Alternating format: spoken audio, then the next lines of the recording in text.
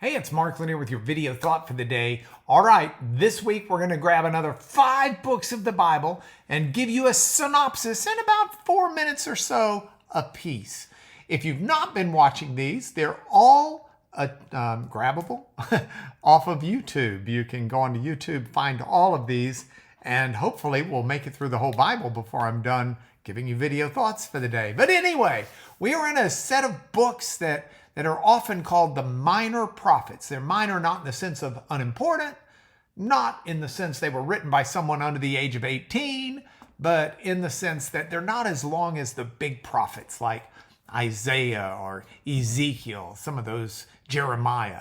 These are smaller, so minor prophets. And today, the prophet Amos. Now, imagine that you are a humble shepherd tending your flocks, and God calls you to deliver a powerful message of justice and righteousness to a complacent nation.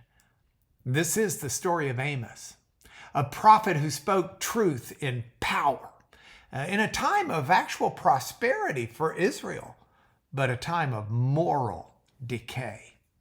Let me do 3 things with you. First, let me summarize the book. Second, give you a memorable verse. And third, give you a practical application. Summary of the book first.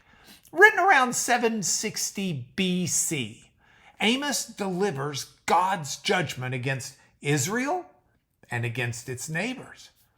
I mean, Israel has great economic success at the time, but the social injustice and the religious hypocrisy were running rampant. You can have all the money in the world, all the worldly success in the world, but you're falling woefully short if you don't have justice in your society and you don't have true religious faith. So Amos warned of impending doom, and he also gave hope for restoration and if the people would return, if they would return to true worship and social justice.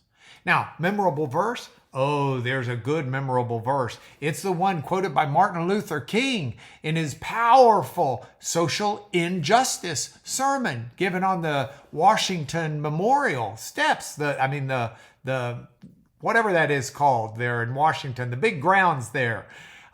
He said, quoting Amos 5:24, "Let justice roll on like a river, righteousness like a never-failing stream."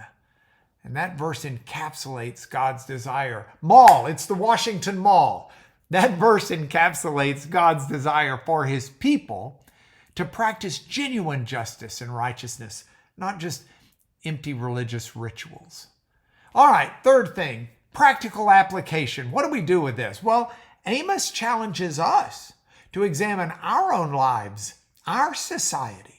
Are we using our prosperity and blessings to help others and to promote justice? Or have we become complacent? Do we ignore the needs of the poor and the vulnerable? Amos calls us to align our actions with our faith, ensuring that our worship translates into tangible care for others. So, like the shepherd turned prophet Amos, we too are called to be voices of truth and justice in our world. May we heed the timeless message of this ancient book and allow God's justice to flow through us like a mighty river, transforming both our hearts and our communities. That's why I made this your video thought for today.